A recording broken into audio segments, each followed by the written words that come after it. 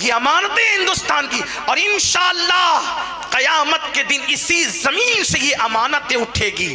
یہ اس زمین کی بھی امانت ہے اور ہمارے مذہب کی بھی امانت ہے.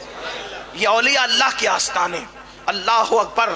تو سرکار سلطان الہند غریب نواز نے کہ میں ایسے نہیں جاؤں گا، تیرے کہنے سے نہیں. کہا پھر مرنے کے لیے تیار ہو جا. دھمکی دے رہا ہے مار ڈالیں گے تمہیں. غریب نواز نے کہا ٹھیک ہے، ہمارا ایمان ہے مسلمانوں کا، اگر اللہ نے موت لکھی ہے تو تیرے مارے بغیر بھی ہم مریں گے. اگر موت لکھی ہے تو مر جائیں، اور نہیں اس نے موت لکھی ہے تو پوری دنیا کے لوگ جمع ہو جائیں مارنے کے لیے، ہمیں مار نہیں سکتے. زندگی اور موت کا فلسفہ یہی ہے. پوری دنیا کسی کو مارنے کے لیے جمع ہو جائے اور اللہ نے موت نہیں لکھی ہے، نہیں مار سکتے. تاریخ بھری پڑی ہے، تاریخ. نمرود مارنا چاہتا تھا ابراہیم علیہ السلام کو، پوری نمرودی پارٹی جمع تھی، آگ میں ڈال دیا، مار سکے. فرعون مارنا چاہتا تھا موسیٰ علیہ السلام کو، اللہ نے اس کے گھر میں پرورش کروائی. دیکھو تو صحیح. لیکن کوئی بنے تو صحیح مسلمان، کوئی آئے تو صحیح اسلام کی طرف، کوئی آئے تو صحیح قرآن کی طرف، کوئی آئے تو صحیح مذہب کی طرف، کوئی آئے تو صحیح مسلک کی طرف. اللہ اکبر. وہ یقین پختہ کرو. جس دن مسلمانوں اپنا یقین اللہ پر پختہ ہو گیا، اس دن مارنے والے پالنے پر مجبور ہوں گے، لیکن ہمیں اپنا یقین پختہ کرنا ہوگا. سرکار غریب نواز نے فرمایا تو نہیں مار سکتا مجھے، میرے اللہ نے اگر میری موت نہیں لکھی تو تو نہیں مار سکتا مجھے. اور پھر آپ نے اس پر ایک حملہ خود کیا. فرمایا کیوں نقصان اٹھاتا ہے، نقصان کیوں اٹھاتا ہے؟ تو بھی کلمہ پڑھ مسلمان ہو، فائدے میں رہے گا، تیری مراد پوری ہوگی، تیری تمنا پوری ہوگی. پیچھے لوگ کھڑے تھے. اب اگر جو لوگوں کا خدا بن کے کھڑا ہو اور کوئی اس کو کہے کہ تیری بھی مراد پوری ہوگی، جو لوگوں کی مرادیں جو ہے وہ باتیں کرتا ہے پوری کرنے کی، اگر اس کی مراد کی بات کی جائے تو اس کو شرمندگی نہیں ہوگی. اس نے کہا میری کیا مراد ہو سکتی ہے؟ فرمایا بتاؤں؟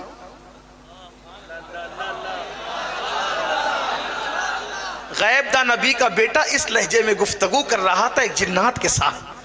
بہت ممکن ہے کچھ لوگوں کو ہوگا یہ بخاری میں ہے کیا؟ میرے عزیز وہ بخاری تو برسوں پہلے لکھی گئی، اس میں کیسے ہو سکتا ہے؟ کچھ لوگ تو یہ کہہ سکتے نا نہیں ہمیں بخاری میں بتائیں گے تو ہمیں جو ہے وہ ہم اس پہ یقین کریں گے. اگر ہر بات کا یقین آپ کو بخاری سے ہوتا ہے، اگر آپ برا نہیں مانے تو صرف سمجھانے کے لیے کہوں ایک بات، ناراض نہیں ہوں گے آپ؟ حالانکہ آپ نے بولنے کے لیے بٹھایا ہے مجھے، لیکن آپ ناراض نہیں ہوں گے. اگر آپ کہتے ہیں ہر بات ہم بخاری سے ہی مانیں گے، تو آپ جو ہے وہ اپنے ابا کے شہزادے ہیں. یہ تو کوئی بخاری میں نہیں لکھا ہے نا؟ نہیں، اس میں ہنسنے کی بات نہیں، مذاق اڑانے کی بات نہیں ہے کہ یہ بھی بخاری میں ہے. نہیں ہے نا میرے عزیز. تو ہر بات بخاری میں نہیں ہوتی ہے، اس لیے کہ بخاری مقررات کو حذف کر دیا جائے تو صرف 2500 حدیثوں کا مجموعہ ہے. مقررات کو حذف کر کے کم و بیش 2500 احادیث کا مجموعہ ہے. اور جس نے بخاری لکھی ہے ان کا خود کا دعویٰ ہے کہ مجھے 2 لاکھ حدیثیں یاد ہیں، 1 لاکھ صحیح اور 1 لاکھ غیر صحیح، اس میں سے میں نے صرف اتنی حدیثیں لکھی ہے. اب بتاؤ اگر جو صحیح حدیثیں تھی اس میں ہی سے 2500 لکھی گئی تو 97,500 حدیثیں خود امام بخاری کے عقیدے میں صحیح تھی، لیکن وہ گئی کہاں؟ وہ کہاں گئی؟ اگر آپ بخاری، مسلم، ترمذی اور ابن ماجہ پر ہی اسلام کو مقید کر دیں گے تو پھر میں آپ سے سوال کروں گا کہ آپ نے بخاری کا کلمہ پڑھا ہے یا محمد الرسول اللہ کا کلمہ پڑھا ہے؟ واللہ بخاری ہمارے سر آنکھوں پر ہے، لیکن ہم سنیوں کا عقیدہ یہ ہے ہمیں کتاب سے کیا لینا. ہم تو ایمان لائے آمنہ کے لال پر. میرے نبی کا فرمان اگر دیوار پہ لکھا مل جائے تو ہم اس کا بھی احترام کرتے ہیں. ہم کتاب نہیں دیکھتے، ہم نبی کا فرمان دیکھتے ہیں. اور بخاری کا احترام اس لیے کرتے ہیں کہ اس میں سب سے زیادہ صحیح احادیث موجود ہے. اصح الکتب بعد کتاب اللہ، اس کو اس لیے مانتے ہیں. لیکن آپ اگر یہ کہیں کہ سارا دین سمٹ کر بخاری میں آ جائے تو یہ بات اچھی نہیں ہے، آپ کو ایسی بات نہیں کرنا چاہیے. لیکن میں نے جو بات کہی وہ آپ کی اجازت سے کہی، آپ کو برا بھی نہیں ماننا چاہیے کہ جو بات میں نے کہی سمجھانے کے لیے کہی ہے. آپ اس طرح کی بات نہیں، یہ چیز آپ بخاری میں بلکہ ابھی رجب شریف کا مہینہ شروع ہے نا، آج 7ویں شب لگ گئی ہے، ابھی کنڈوں کی نیاز کا معاملہ ہوگا، اور لوگ کہیں بخاری میں ہے اس کا ذکر. یہ بات ہے، کنڈوں کی نیاز کا ذکر بھی آپ کو بخاری میں چاہیے. میرے عزیز ایسی بات مت کرو. کنڈوں کی ایک نیاز ہے، مستحب عمل ہے، اصال ثواب ہے، اور اصال ثواب کے لیے اور مستحب عمل کے لیے یا نفل عمل کے لیے کسی ثبوت کی ضرورت نہیں ہوتی.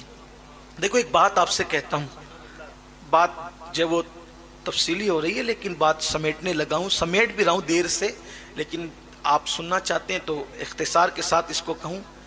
دیکھیے اگر کچھ لوگوں کا یہ خیال ہوتا ہے نا، انگوٹھے چومنا کہاں سے ثابت ہے؟ ایک چیز، کنڈے کی نیاز کہاں سے ثابت؟ چادر چڑھانا کہاں سے ثابت؟ مزار پہ جانا کہاں سے ثابت؟ ایک بات آپ کو یہ بتاؤں، ثابت کے لیے دلیل نہیں چاہیے.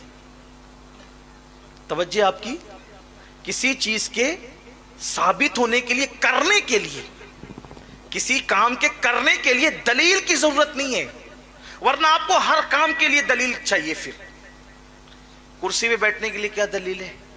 مائک ہاتھ میں لے کے تقریر کرنے کے لیے کیا دلیل ہے؟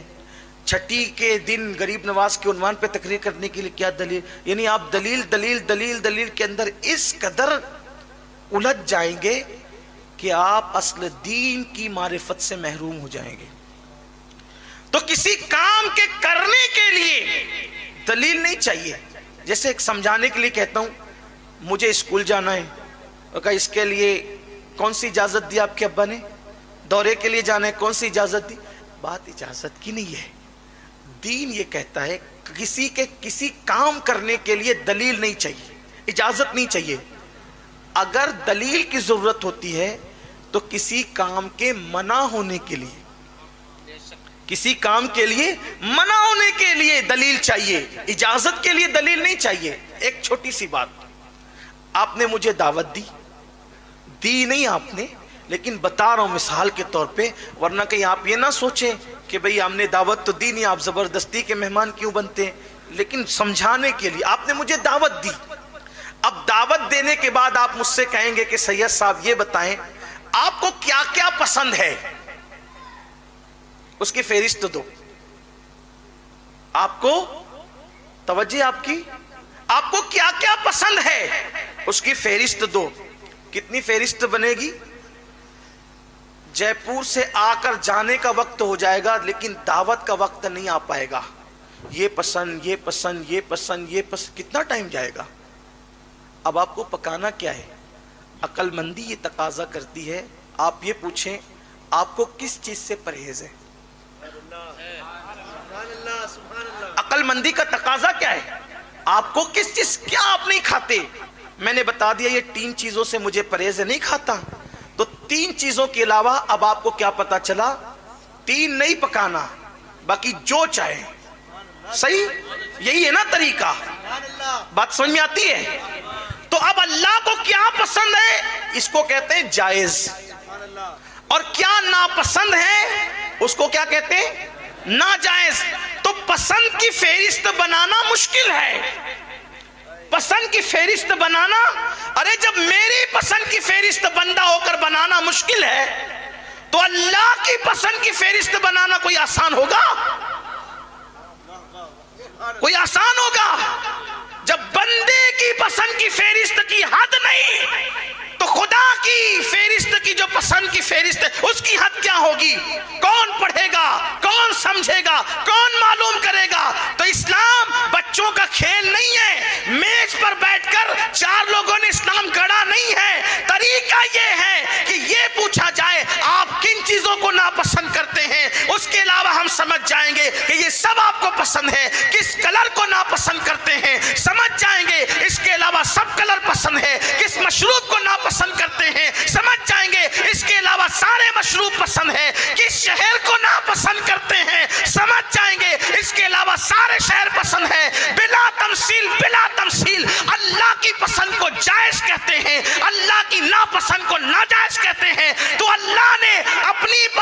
فہرست نہیں اتاری، بلکہ اللہ نے بتا دیا یہ مجھے ناپسند ہے، تو اللہ نے ناجائز کی فہرست بیان کر دی۔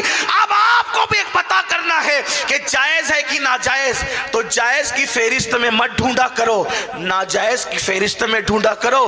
جو ناجائز کی فہرست میں ہے بس وہی ناجائز ہے، اس کے علاوہ جو ہے وہ سب جائز ہے، جو ہے وہ سب جائز ہے۔ انگوٹھا چومنا جائز، کیونکہ ناجائز کی فہرست میں نہیں ہے۔ اگر ہے مجھے بتاؤ، میں ذمہ داری لیتا ہوں سنیوں کی طرف سے، چھوٹا ہوں، بہت چھوٹا ہوں سنیوں کا، پوری سنیت سے انگوٹھے چومنا نہیں بند کروا دیا تو پھر کہنا، لیکن شرط ایک ہے، ناجائز کی فہرست میں دکھا دوں، لیکن مجھے یقین ہے، یہ یقین ہے 500 مرتبہ مر کے زندہ ہو جاؤ گے، پھر بھی ناجائز کی فہرست میں انگوٹھے چومنے کا ذکر نہیں دکھا سکتے۔ اب ہمیں یہ کرنا ہوگا کہ اللہ نے کن چیزوں کو، بلکہ حضور علیہ السلام کی حدیث ہے، جو جائز ہے وہ جائز ہے، جو ناجائز ہے وہ ناجائز۔ جس بارے میں قرآن چپ ہو اس کے متعلق تم کلام نہ کرا کرو، قریدہ نہ کرو، قریدنے کی اجازت نہیں ہے۔ بات دور نکلی، لیکن بات آپ کے سمجھ میں آ تو گئی ہوگی نا۔ اب لوگوں کو چاہیے کرنے کا ثبوت نہیں، منع کا ثبوت ڈھونڈو۔ منع ہے تو ٹھیک ہے، لے آؤ، اچھی بات ہے۔ تو سرکار غریب نواز رضی اللہ تعالیٰ نے فرمایا، شادی دیو، تیری مراد پوری ہوگی، تیری بھی مراد، کلمہ پڑھ تیری مراد پوری ہوگی۔ کلمہ پڑھنے والوں کی مراد پوری ہوتی ہے۔ آپ سے بھی کہتا ہوں، اگر مراد پوری کرنا چاہتے ہو تو کلمہ شریف زیادہ پڑھا کرو، کلمے کا ورد کیا کرو، مرادیں پوری ہوتی ہے۔ کہا تیری مراد بھی پوری ہوگی، کلمہ پڑھ۔ اس نے کہا میری کیا مراد ہو سکتی ہے؟ فرمایا سن، بتاؤں تجھے کیا ہے؟ کہا سن، ایک مورت ہے، ایک مورت ہے، پتھر کی مورت، جو بہت سلیقے سے تراشی ہے سنگ تراش نے، اور اس کو دیکھ کر تو اس پر شیدا اور فدا ہے۔